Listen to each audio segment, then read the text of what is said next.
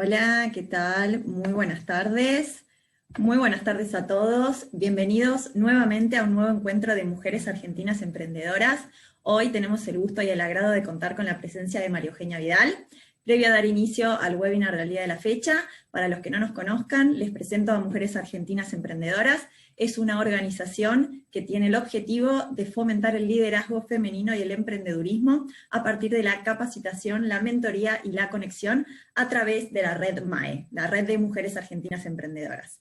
Bien, dicho esto, y previo a darle la palabra a Agustina Morán, les paso a comentar los detalles técnicos del día de la fecha. En cuanto a lo que son los micrófonos, van a estar todos silenciados, a excepción de Agustina y María Eugenia en este caso. Lo que es el chat, se pueden comunicar desde ahí con nosotras. Cualquier pregunta o consulta lo pueden hacer por esa vía. Y por último, comentarles que estamos también transmitiendo por Facebook Live, así que cualquier persona que no se haya unido al Zoom lo puede hacer vía Facebook. Bueno, dicho esto, le voy a ceder la palabra a Agustina en este momento, para que comience en el día de la fecha con el webinar junto con María Eugenia Vidal. A ver, un segundo que lo autorizo. Aquí, ahí está. Perfecto. Ahí estamos. Muchas gracias. ¿Qué tal? ¿Cómo están? Buenas tardes también a todos. Me sumo a darles la bienvenida. Bienvenidos a quienes nos acompañan por primera vez, que seguramente son muchos, y bienvenidos también a quienes confían y nos acompañan desde siempre. Sin duda que hoy tenemos un webinar muy especial. Siempre nos tomamos los primeros minutos de cada encuentro para presentar a nuestra invitada, pero hoy voy a apelar al título de un programa de televisión conocido del extranjero que se llama Mi invitado de hoy no necesita presentación. La verdad que creo que podría ser el título de este webinar. María Eugenia Vidal es sin duda una voz autorizada para hablar del liderazgo, de desafíos, de aprendizajes, de costos también, y para hablar de mujer que supo ocupar lugares de poder. Vamos a proponerles que estructuremos esta charla en dos partes. Una primera parte donde vamos a hablar del liderazgo en sí mismo y una segunda parte donde vamos a hablar de María Eugenia como mujer líder. Y ahora sí, me gustaría para esta primera parte, María Eugenia, por supuesto, darte la bienvenida, agradecerte que estés acá con nosotras. Para nosotras es un honor enorme recibirte. Y lo primero que me gustaría preguntarte es, considerando los momentos de sensibilidad que vivimos a nivel mundial, ¿cuáles son las claves que entendés vos que tiene que tener un líder? Esas claves y esas cualidades que toda persona para convertirse en líder debe poseer. Uno lee mucho las 3, las 5, incluso hasta los 10 mandamientos para liderar. Me gustaría preguntarte cuál es tu visión y sobre todo en tiempos de crisis, cómo juegan estas claves y en particular en la Argentina, cómo se hace para liderar en un país muchas veces dividido. María Eugenia, todo tuyo. Hola, buenas tardes a todas. Gracias por la invitación, Agustina.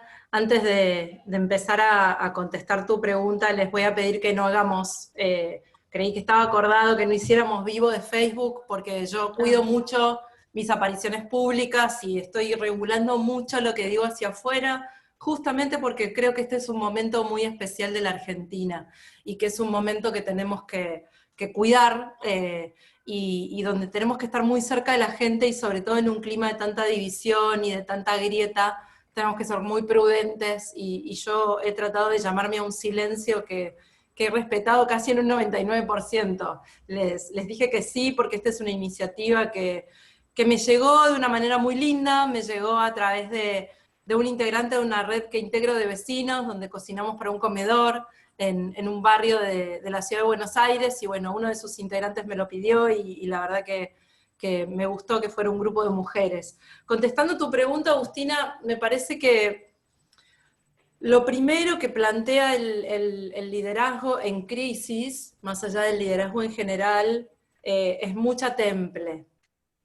La crisis requiere, sobre todo una crisis larga como la que estamos atravesando en pandemia, requiere de mucho temple.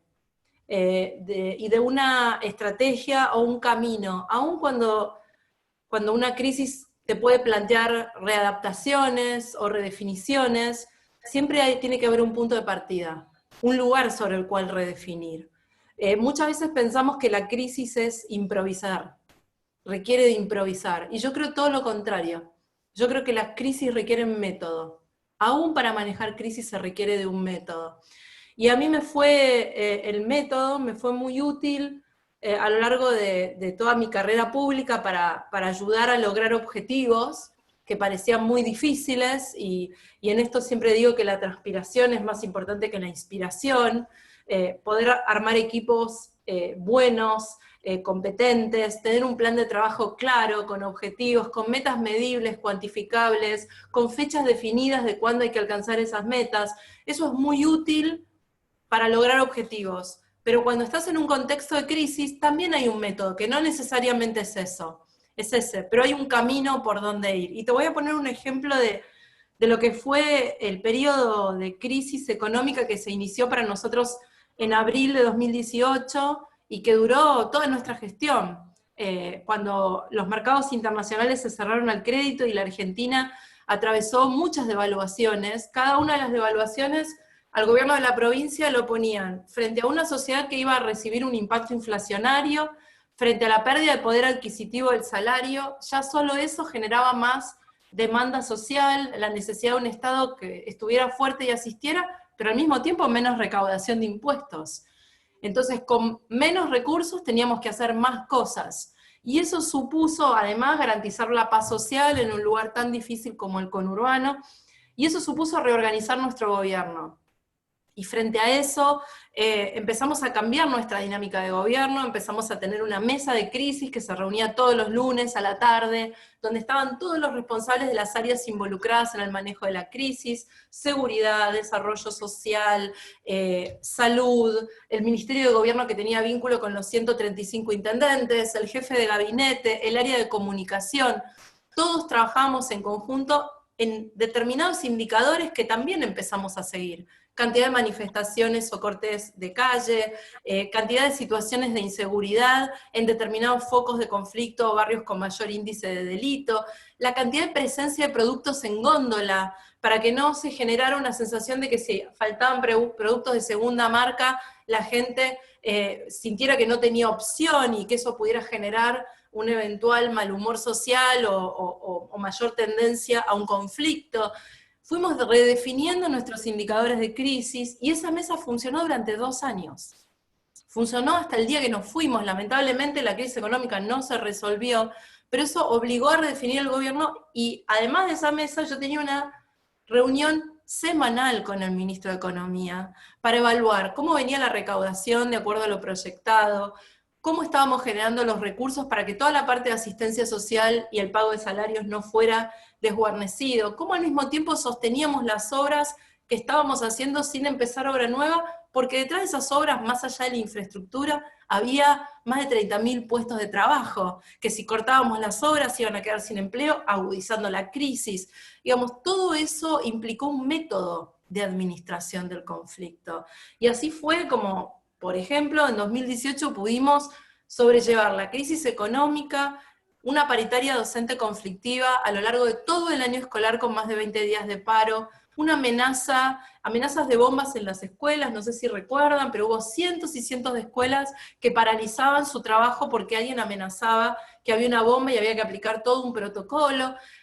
También sufrimos una granada en un hospital grande de La Matanza, el Hospital Padre Cién. Todas esas crisis se pudieron atravesar porque había un método. No solo era una cuestión de liderazgo, de mantener la calma, de tener el equipo correcto, también había un camino, aunque tuviera que ser redefinido muchas veces. María Eugenia, sin duda describís momentos de alta tensión, ¿no? Y me imagino, digamos, de muchas decisiones importantes y momentos difíciles. Alguna vez te escuché hablar de ciertos costos de ese liderazgo, y digamos, me imagino que habrá un lado B también para un líder a la hora de ocupar, y de la hora de decidir ocupar ese lugar de poder, y durante los años en los que uno lo ocupa, hay momentos difíciles, me imagino, profesionales y personales. ¿Cómo lo viviste vos? Sin duda hay un lado B. No hay desafío grande en la vida que no tenga un lado B, y eso también es algo que sobre todo ustedes las veo, mujeres emprendedoras. Cuando uno emprende toma un riesgo. No hay manera de emprender sin arriesgar.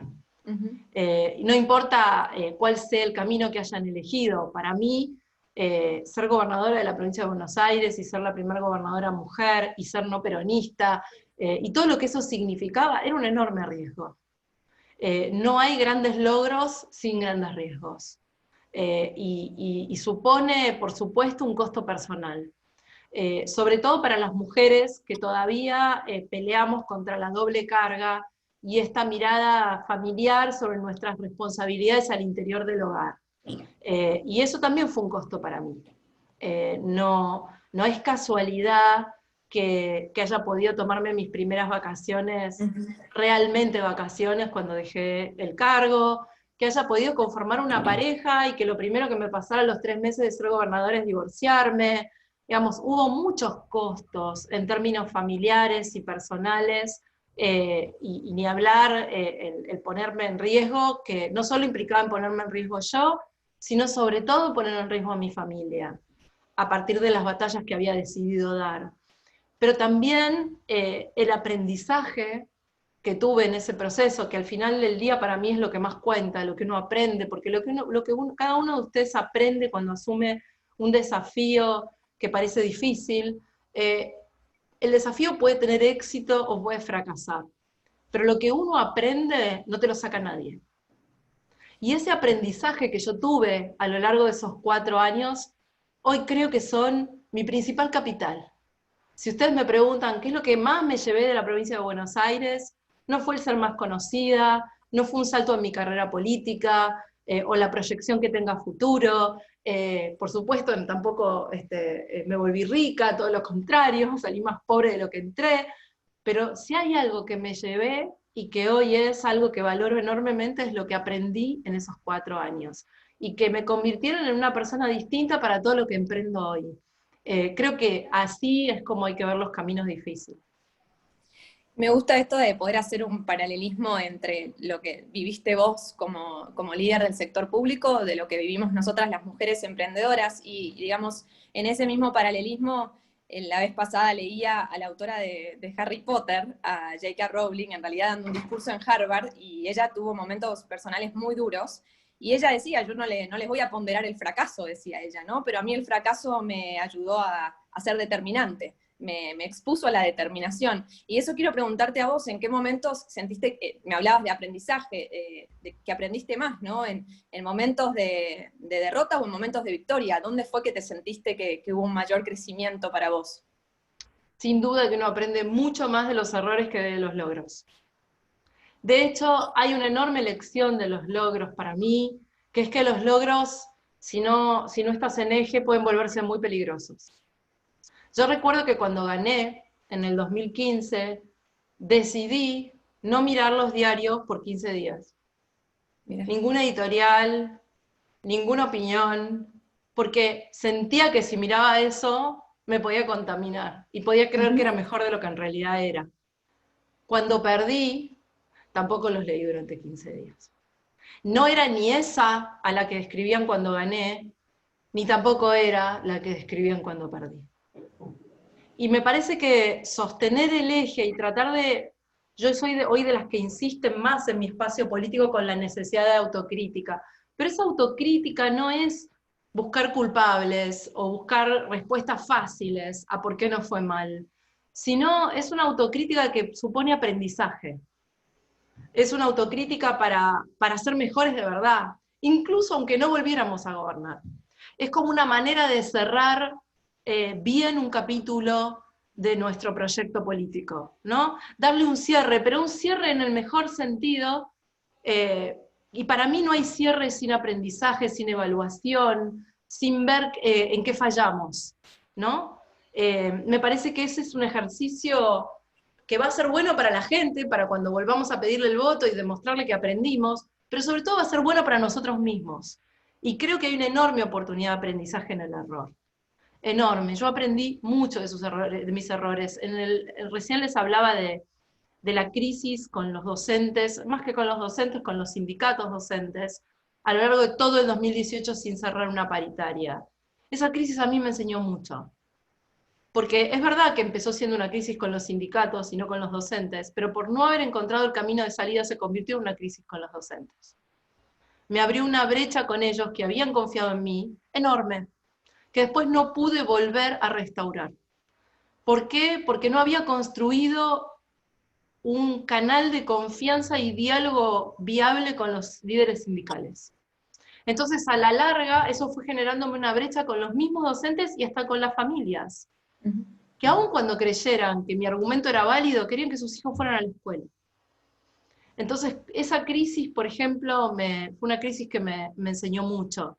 Y así podría mencionar otros a lo largo de mi gobierno. En esa crisis, por ejemplo, yo tengo una frase que digo siempre, y que es que en lo público y cuando tenés un desafío bien difícil, con tener razón no alcanza. No alcanza con tener razón. Se necesita construir consensos. Se necesita empatía, ponerse en los pies del otro, poder allanar caminos.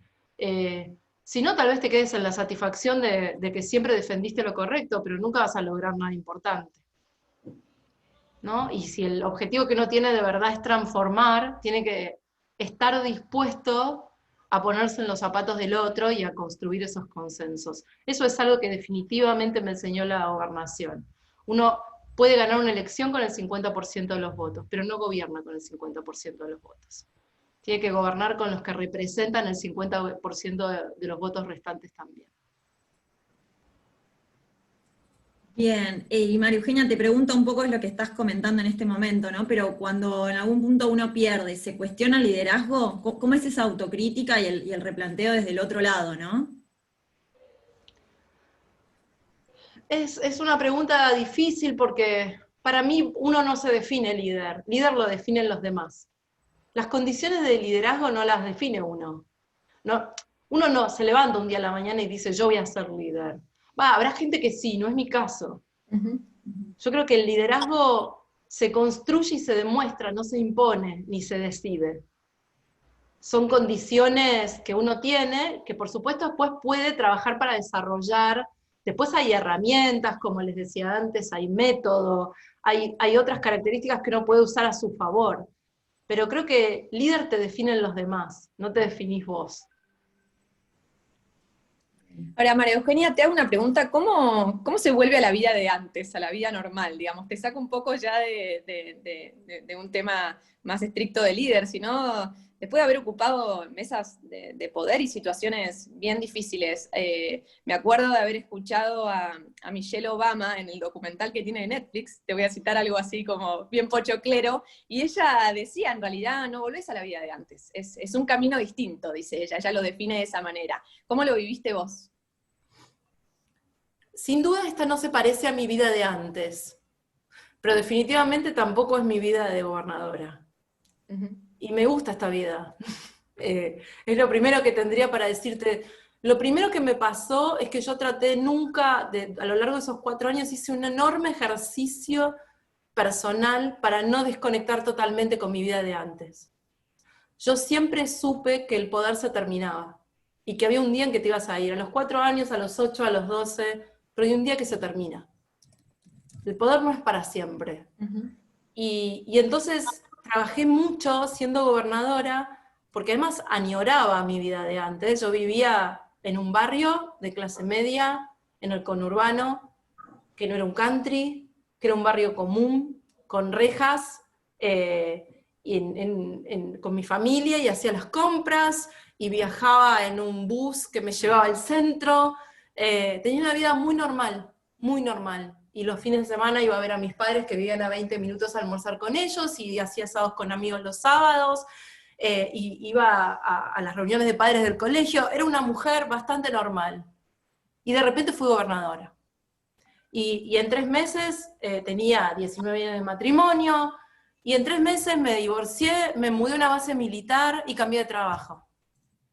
Y de repente vi alfombras rojas. Como siempre digo, hay un pasillo muy impresionante en la Casa de Gobierno de la provincia de La Plata, que se llama el Pasillo de los Gobernadores.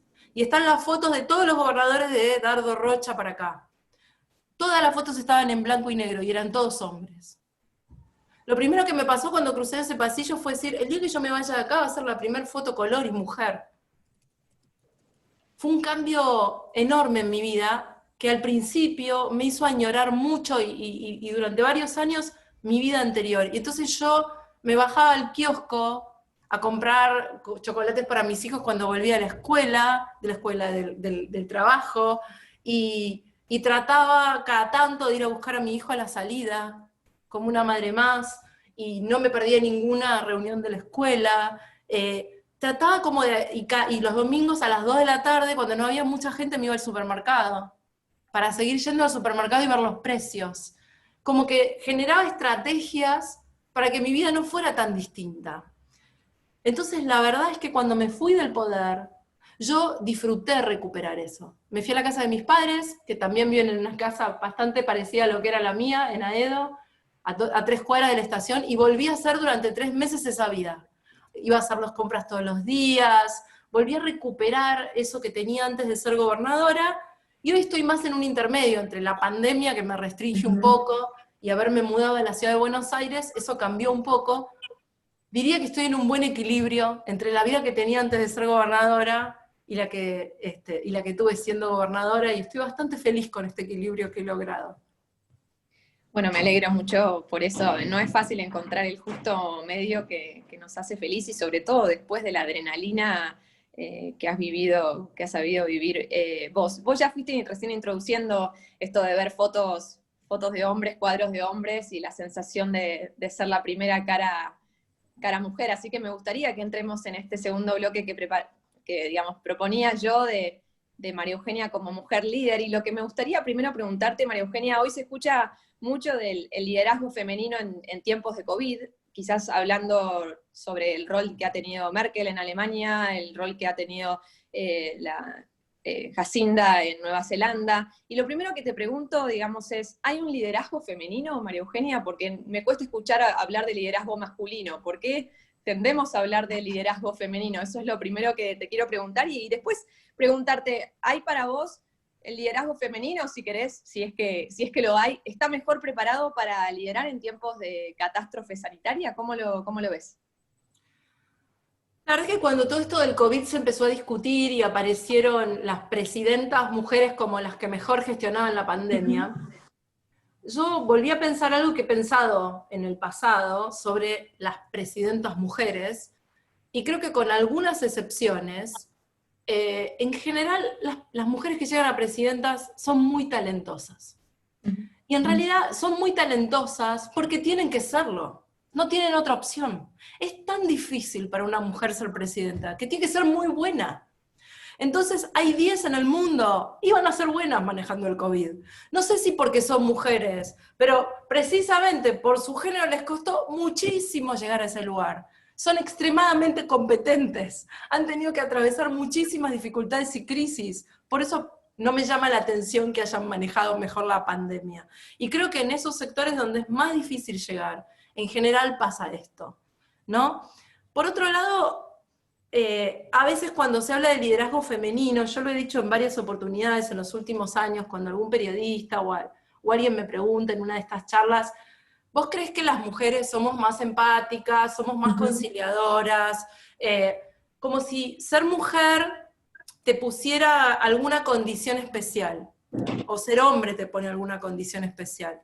Yo me resisto un poco a eso. ¿En qué sentido me resisto? Parece como si las mujeres tuviéramos que tener condiciones determinadas por el solo hecho de ser mujeres. Somos personas con defectos y virtudes, igual que los varones. Y puede ser que haya liderazgos más conciliadores y liderazgos más confrontativos, pero no es una característica que tenemos que cumplir por ser mujeres. Y yo me resisto un poco eso a lo impuesto desde afuera por el solo hecho de ser mujer. Y lo combato un poco, ¿no?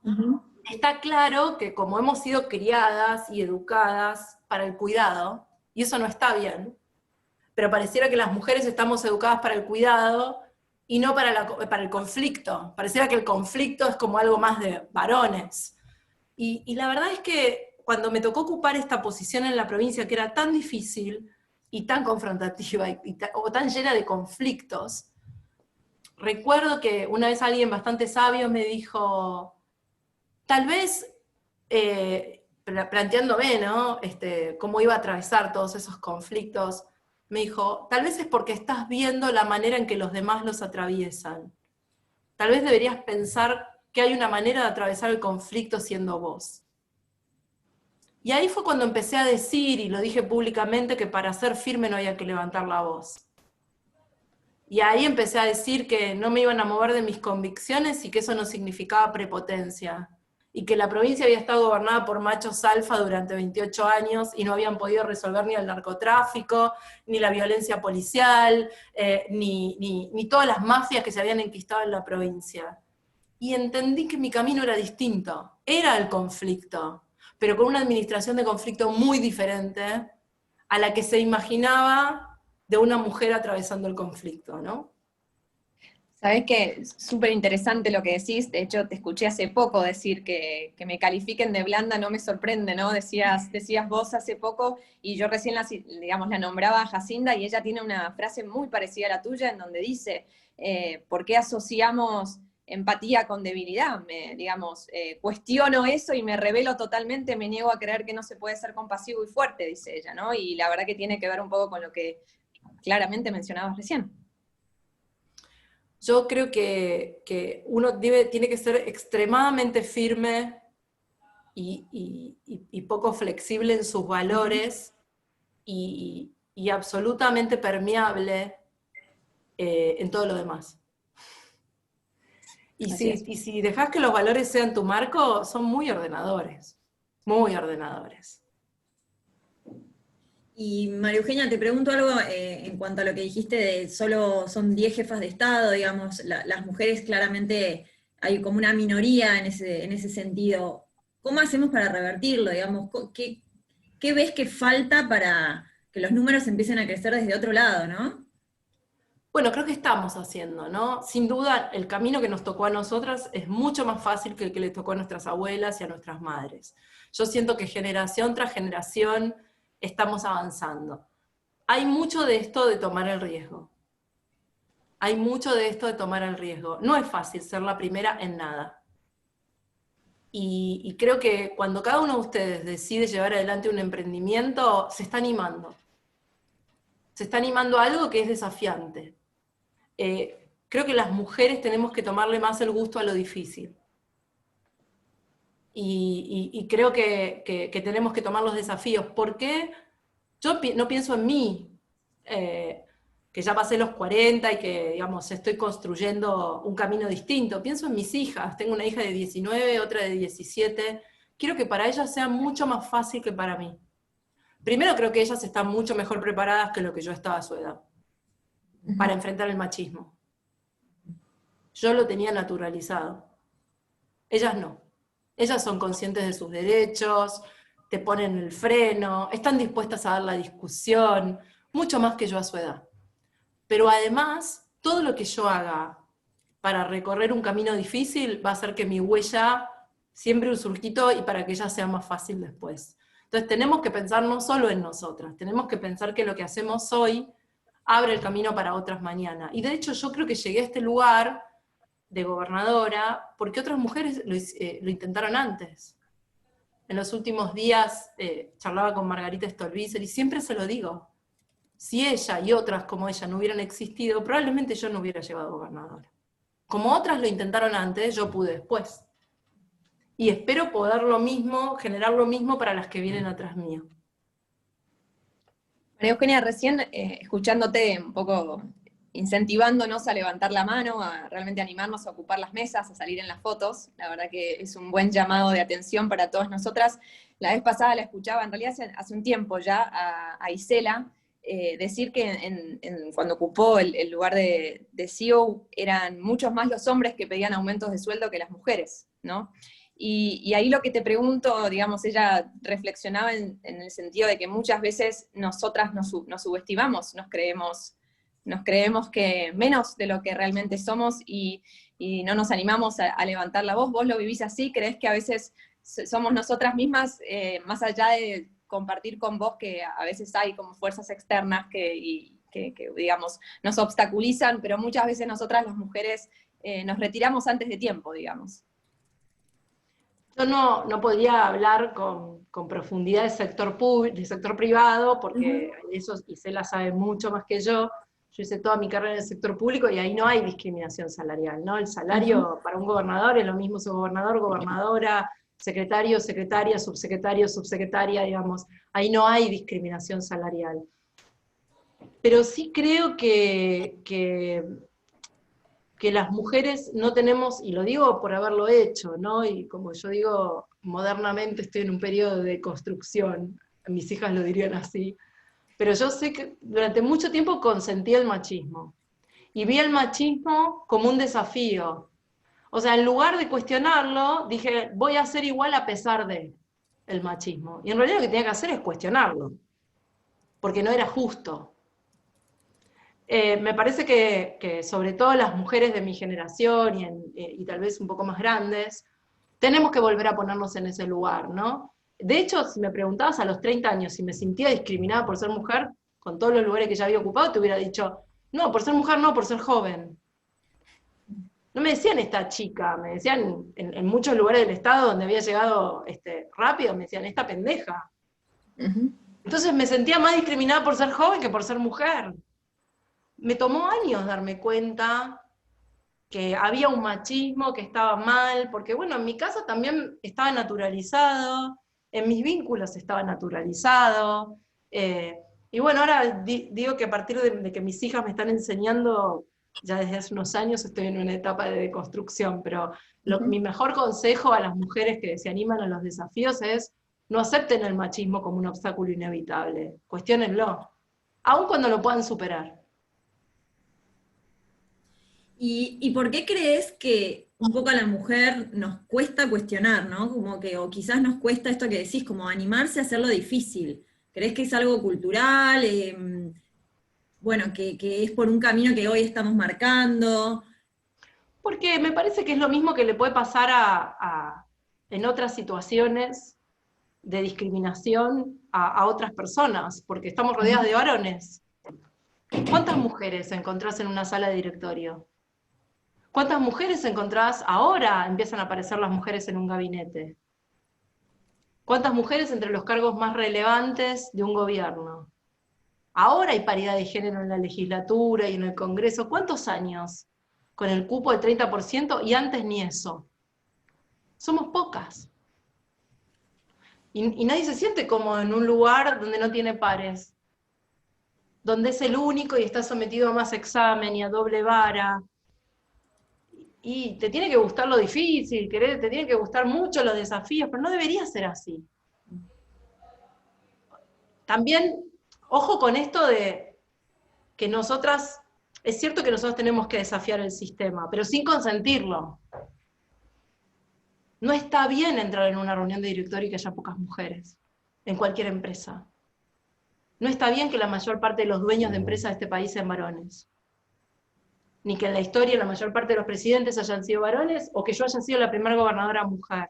Eso no habla bien de mí, eso habla mal del sistema. Entonces me parece que ahí hay como un equilibrio cuidadoso que hay que tener entre animarse al desafío porque es difícil, pero al mismo tiempo seguir siendo consciente de que no es justo. Y yo entiendo a las mujeres que no se animan, porque como decía antes, hay un costo que pagar por esto. En la medida que no sea equitativo, no va a ser gratuito. Hay un costo personal, hay un costo en casa.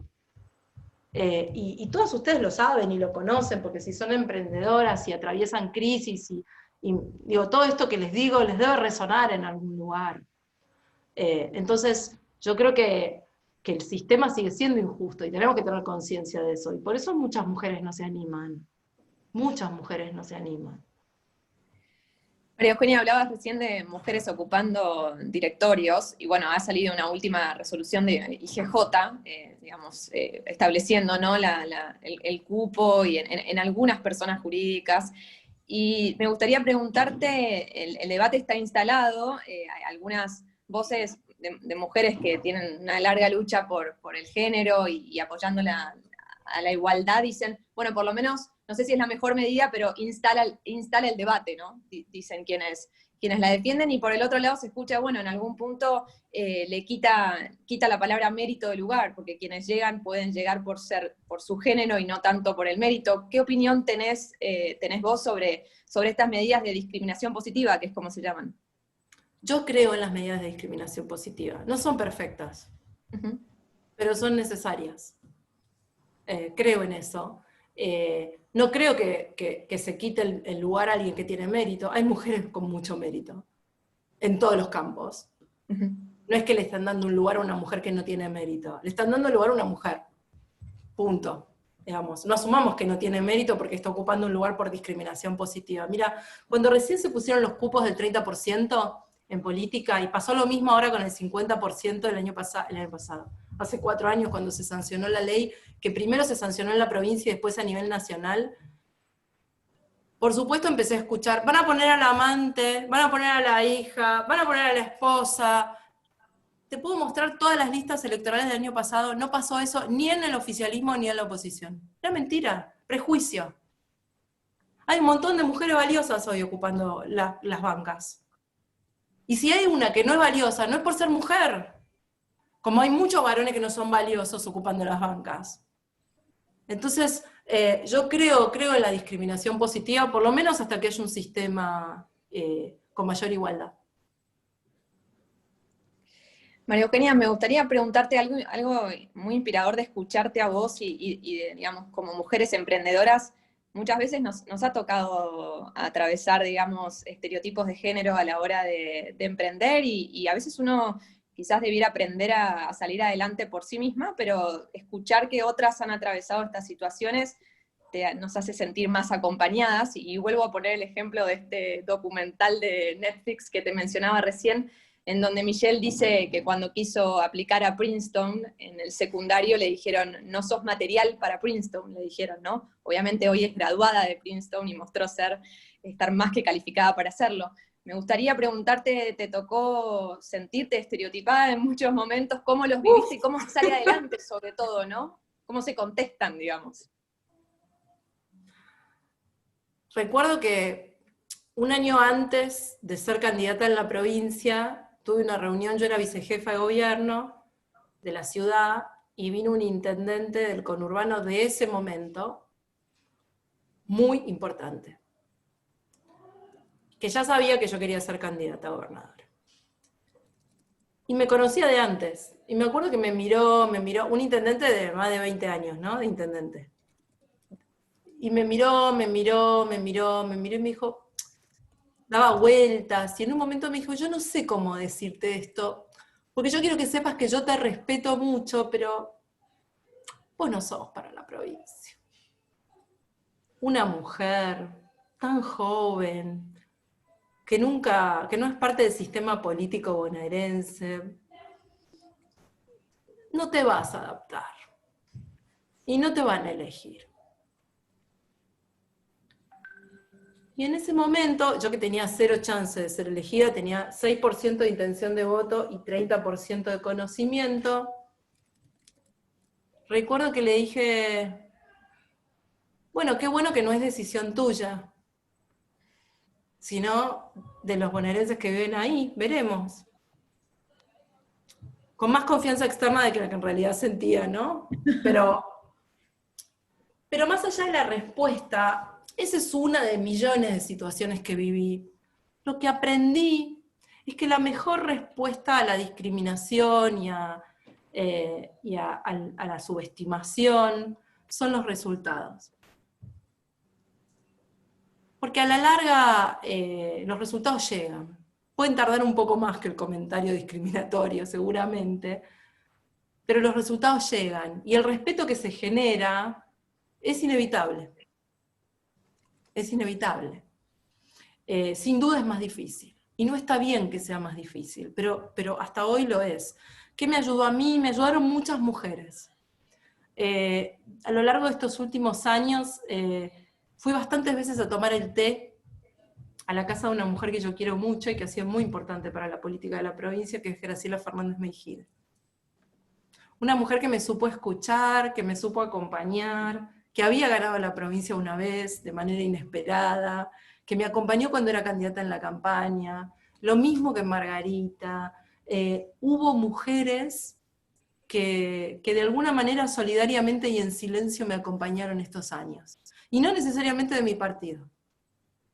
Yo creo que esa es una red a la que pocas veces las mujeres acudimos, pero que está.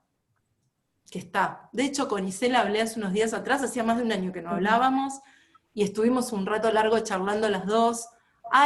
Somos pocas, todavía, pero yo creo que hay una red subterránea no formalizada de mujeres que entendemos la dificultad de pelear estos espacios y que nos acompañamos. Creo que hay que recurrir a eso cuando uno lo necesita. Y bueno, justo estábamos pensando en esto, ¿no? Estábamos pensando entre nosotras, ¿no? Como mujeres, lo estás mencionando, ¿no? ¿Cómo, digamos, cómo nos unimos? O sea, hay algo que también creo que la mujer entre nosotras nos despreciamos, digo, somos como injustas entre nosotras. ¿Qué crees de la visión como grupo? O sea, como red justamente que vos estás diciendo de mujeres. ¿Hay prejuicios entre nosotras? Un poco esa es la pregunta que tengo, y de hecho es algo que debatimos mucho con Agustina incluso. Decimos, bueno, pero entre nosotras también creo que hay que unirnos. Y a veces no sé si es social o qué pasa, que a veces las mujeres, bueno, tenemos como un lado B. ¿Cuál es tu visión de eso? Creo que hay de todo, ¿no? Hay de todo, como también entre los varones, pero sin duda creo que hay una responsabilidad, o por lo menos yo me lo tomé así una vez que ya era gobernadora, y que lo que me pasó, yo tenía un equipo cuando era candidata de mayoría mujeres. Y cuando gané la elección, y ganó Mauricio y ganó Horacio, a la mayoría de las mujeres que tenía en mi equipo se las llevaron a Horacio y Mauricio. ¿Por qué? Porque les ofrecían lugares mejores que los que yo les podía ofrecer. Y yo tenía esta mirada, siempre la he tenido, de que cuando alguien que trabaja en tu equipo tiene una oferta mejor, tenés que dejar irlo. Tenés que dejar que se vaya. Porque de esa manera vuelve. Si tratás de retenerlo en un lugar menos competitivo, eso a la larga se te vuelve en contra. Entonces yo las dejé que se fueran, pero la consecuencia de eso es que me quedé con un equipo mayoría varones, y a lo largo de esos 4 años invertí mucho tiempo en formar una segunda línea de mujeres, que pudieran ser ministras si yo era reelecta. Y la verdad es que había muchas ya listas para el cargo, si hubiera ganado, pero creo que hay como lo hice por 2 razones. Primero porque me sentía muy desigual en el equipo, o sea, sentía que tenía un equipo demasiado cooptado por los varones, contrario al discurso que estoy sosteniendo de que hay que abrir lugares para las mujeres. Y segundo, porque también sentí una responsabilidad. Cuando ocupás un cargo de poder importante o alcanzás un objetivo importante, yo siento que ahí sí puede ser que sea discriminadora en este sentido, a los varones no les pasa. Yo creo que las mujeres que ocupamos lugares importantes en algún momento tenemos que promover a otras. Tenemos que promover a otras, tenemos que visibilizarlas, tenemos que agarrarlas de la mano y hacer así. Y creo que eso es parte de nuestro trabajo. No sé si es justo o no, pero creo que es necesario. Y un poco la visibilidad de los cupos y esto. Bueno, el otro día leíamos algo de, hasta que esto cambie, por lo menos que estemos, ¿no? Que esté la figura de la mujer, porque es un poco lo que decís vos, no es que va porque es la hija de, o sea, eso ya hay un prejuicio social, si uno piensa así. Hay muchas mujeres y muy capacitadas, pero un poco eso que decís de la visibilidad. Bien. Además creo que también tenemos que entender que hay lugar para todas, ¿no? O sea, tenemos que dejar de pensar que, digamos, no, hay solamente lugar para una, hay espacio para todas, y todas tenemos algo para aportar, y no compitamos, generemos alianzas. María Eugenia, te he escuchado hablar de tus heroínas o las heroínas anónimas, y me gustaría que nos contaras sobre eso, sobre algunas experiencias, porque, bueno, recién lo decías, ¿no? El liderazgo no es autoridad, y hay un liderazgo, digamos, muy del día a día, de personas que a veces conscientes o inconscientemente transforman la vida de otros sin saberlo. Me gustaría escucharte reflexionar sobre eso. Si hay algo lindo que me dio la política a lo largo de todos estos años, es la oportunidad de conocer esas mujeres, de las que soy fan. Y ninguna, o la inmensa mayoría, son conocidas. Las recomiendo como un ejemplo. Hace unas 3 semanas, Clarín tiene los sábados una columna donde un protagonista de una historia personal escribe. Esa mitad, más o menos mitad del diario, no me voy a acordar el nombre de la columna ahora, pero sí, si lo googlean van a encontrar el nombre de la columnista, es Silvia Irigoyen. Silvia Irigoyen es la mamá de Maxi para mí, y Maxi fue víctima de gatillo fácil en la masacre de Floresta, hace varios años atrás. Yo a Silvia la conocí siendo madre del dolor, ya había perdido a Maxi, ella escribió un libro sobre eso, pero lo genial fue que cuando la conocí, yo ya era gobernadora, me contó su historia y me dijo, quiero hacer algo. Y yo le propuse algo bastante audaz, que ella no dudó en decirme que sí. Le dije, ¿te animás a ir a la escuela de cadetes de policía, contarle esta historia y explicarle por qué tienen que respetar la ley? ¿Qué significa no hacerlo? Para ella era confrontarse de nuevo con la institución que había matado a su hijo. Y me dijo que sí. Y no solo hizo eso, después hizo Justicia Restaurativa, que es un programa por el cual víctimas de delitos, o familiares de víctimas de delitos, de homicidios, van a la cárcel y habla con personas detenidas, generalmente chicos, varones, jóvenes, les cuentan su historia y ellos les piden perdón. Es la oportunidad que alguien que cometió un delito tiene de pedir perdón, aunque no sea la persona contra la cual lo cometió. Y la oportunidad de las víctimas de que alguien les pida perdón. Es un proceso de talleres de 8 o 9 encuentros, muy conmovedor, me tocó ir a varios. Bueno, Silvia es la imagen de las mujeres, de estas mujeres de las que yo hablo. Y así como ella, les podría contar, no sé, de mujeres como la jefa de guardia del Hospital de Mar del Plata, del Allende, que es el hospital más importante de la región, que empezó su relación conmigo escribiéndome una carta para decirme lo mal que estaba el hospital.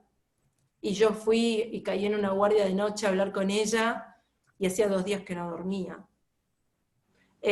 Podía contarles muchas de estas mujeres anónimas, que la mayoría de la gente no conoce, y que son heroínas silenciosas. Yo, cuando me preguntan por qué tengo esperanza, por qué la tenía y la tengo de que la provincia va a salir adelante, o el país va a salir adelante, yo pienso en ellas, que contra todo y contra dificultades mucho más complejas que las que yo enfrenté, la pelean y se ponen de pie, madres contra el Paco, mujeres que han ido a buscar a las 2 de la mañana a sus hijos a los pasillos de una villa para rescatarlos, y al día siguiente a las 5 de la mañana se ponen a cocinar para abrir un comedor a las 12 del mediodía. Bueno, podría contarles miles de historias como estas, y por eso siempre digo que mis heroínas son anónimas.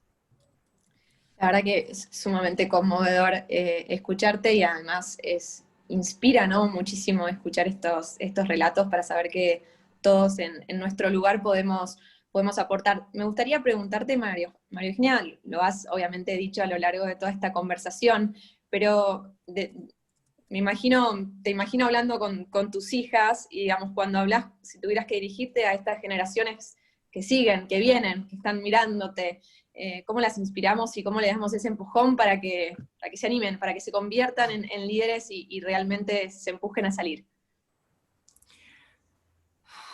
Voy a hablarles como les hablo a mis hijas, ¿no? El primer mensaje que yo trato de decirles es el momento de equivocarse. Es ahora. Hay que probar aunque se equivoque. Preferible equivocarse que no intentarlo. Así que yo las empujo mucho a tomar riesgos y a equivocarse. Y a probar una y otra vez. En todo. En las relaciones, en la profesión, en el camino que elijan para trabajar, en todo, ¿no? Hay mucho de empujar y de perderle el miedo al fracaso. Como decía antes, del fracaso se aprende enormemente. La otra cuestión es que para mí es clave, no siempre uno lo logra, pero yo estoy convencida que tratar de ser una buena persona todos los días y rodearse de buenas personas no es menor. Creo que eso ayuda muchísimo, no en el corto, pero seguro en el largo. Seguro en el largo. Cuando tuve que elegir mi gabinete, cuando tengo que elegir un grupo para hacer gimnasia por Zoom o por YouTube, y mis amigos, siempre buenas personas. Eso hace toda la diferencia. Por supuesto que es necesaria la capacidad, pero si tenés al más capaz, y no es buen tipo, no es buena mujer o buena persona, eso cambia mucho. Así que en general las animo a ser buena gente y a rodearse de buena gente. Y lo tercero es que que no se queden en silencio, ni para decir aquello que las incomoda a nadie, ni para pedir ayuda. Esta dificultad que se nos ha planteado de las mujeres nos ha convertido en personas muy silenciosas. No estamos acostumbradas a decir lo que nos molesta, ni tampoco a reconocer nuestros límites. Y cuando uno reconoce sus límites, no por eso pierde el liderazgo. Uno puede decir no sé, uno puede decir no puedo más, uno puede decir me ayudás, y eso no te debilita. Pero en las mujeres está muy incorporado que podemos todo, que tenemos que saber todo, y que no hay límites. Y creo que eso, sostenido en el tiempo, nos hace mucho daño. Así que hay que vencer el silencio y entender que el pedir ayuda no es debilidad. Sí, hasta en algún punto creo que te potencia como líder, ¿no? Digo, esa empatía y esa conexión con el equipo o con quien te rodea, me parece que es una sinergia que no hay que tenerle miedo en algún punto. Al contrario. Bueno, María Eugenia, como para ir cerrando este encuentro, por supuesto, las personas o quien quiera hacer alguna pregunta la puede escribir en el chat. Y por último, preguntarte qué sigue, ¿no? Como, ¿qué ves de acá a un tiempo en cuanto a la mujer? Yo creo que vamos a seguir derribando barreras, sin duda. Venimos derribando barreras y creo que cuanto más como nosotras haya, más fácil va a ser para las que vengan atrás, y creo que esto es un proceso. También ahí hay como un aprendizaje de estos años. A veces uno tiene que entender que es parte del proceso y no del resultado. Y que hay cosas para las que trabaja que no va a haber, pero que igual vale la pena trabajar en ellas. Así que, sin duda soy optimista. Bien, bueno, nosotras también. Una última pregunta acá que preguntan en el chat. Dicen, ¿líder se nace o se hace? Un poco... ¿Qué sé yo? Qué pregunta difícil. No sé. Yo tiendo a creer que más que hay condiciones naturales, que es una combinación de las dos cosas, ¿no? Y que después uno va aprendiendo y se va perfeccionando, ¿no? Y en la medida que uno está muy abierto a escuchar, es mejor líder. Nadie es un líder completo nunca. Siempre se puede ser mejor. Y creo que hay mucho de escuchar y de trabajar sobre uno mismo y de cuestionarse y de esto, y de reconocer la vulnerabilidad y de buscar siempre un equipo mejor que uno, un equipo que uno pueda admirar y no sentirlo como competencia. No sé, creo que uno nace y también se hace. Pero de vuelta, los liderazgos a veces son como temporales, a veces alguien puede tener un perfil de liderazgo impresionante para un momento determinado y no para otro, ¿no? Siempre pongo el ejemplo de Churchill, que fue un tremendo líder en la Segunda Guerra Mundial y después no lo votaron. ¿Por qué? Porque no era el liderazgo que en ese momento ese país quería. Y había sido un líder tremendamente exitoso, probablemente de los que más recordemos en la historia de la humanidad. Entonces también saber entender que hay momentos para nuestro liderazgo y otros que tal vez no. Y eso tampoco habla de nosotros. Habla de que en algunos momentos son necesarios determinados liderazgos y en otros momentos son necesarios otros. Y también hay que saber acomodarse. Y saber que hay momentos para liderar y momentos para acompañar y momentos para mirarla de afuera. Sí, totalmente. Y bueno, un poco desde MAE a veces decimos, digamos, más allá del liderazgo, y cito en este caso a Simon Sinek, de Estados Unidos, un orador que habla mucho de liderazgo, que él siempre dice, liderazgo tampoco es autoridad, ¿no? A veces uno cree que un liderazgo es la autoridad del mundo y quizás es la persona que está a la derecha tuyo en tu trabajo. Quizás hay algo de liderazgo que va más allá de una autoridad o una posición. Y un poco también está eso en MAE y en nosotros, como tratar de ser líder de lo tuyo en tu día a día, ¿no? Tratar de con lo que uno hace generar un valor agregado al que está al lado. Quizás pasa un poco también por ahí. Y creo que ahí es como en los pequeños detalles uno hace una grandeza quizás hasta incluso inconsciente. Es un poco la visión nuestra. No puedo más que coincidir. Es muy difícil, cada vez más difícil en este mundo tan complejo hacer grandes transformaciones. Exacto. Las grandes transformaciones se hacen con muchísimos líderes. No hay ya pasó en la Argentina y yo creo en el mundo. Esa época donde venía un presidente, un gobernador, un líder político que les dice a todos, vamos por allá es, y todos lo siguen. No funciona así. Las redes, el acceso a tecnología, la complejidad de lo que enfrentamos, hace que haya múltiples líderes en muchos sectores. Y el liderazgo lo hace uno desde cada lugar, todos los días. Y yo creo y estoy convencida que los grandes cambios son el resultado de que cada uno hace su parte. Y hacer la parte de uno bien también es liderar. Y es un desafío cotidiano, ¿no? Tal vez menos glamoroso, no salís a la tapa de los diarios, más difícil, pero sin duda tenés que empezar por vos y por casa. María Eugenia, nos encantó escucharte, la verdad que primera vez que te escuchamos en este costado hablando de mujer y con tanta sensibilidad, digamos, muy conmovedor, la verdad, que la inspiración a animarnos y levantar la mano, y sobre todo, la verdad que destaco la humildad con la que contás determinadas anécdotas, desde la del gobernador en adelante. La verdad que realmente es importante saber que si a María Eugenia Vidal le pasó, a nosotras también por ahí, y hay que saber ponerse de pie y salir adelante con eso. La verdad que te felicito por todo, y la verdad que muchas gracias por estar en este espacio, por acompañarnos, por alentarnos, y bueno, por más mujeres que se animen, ¿no?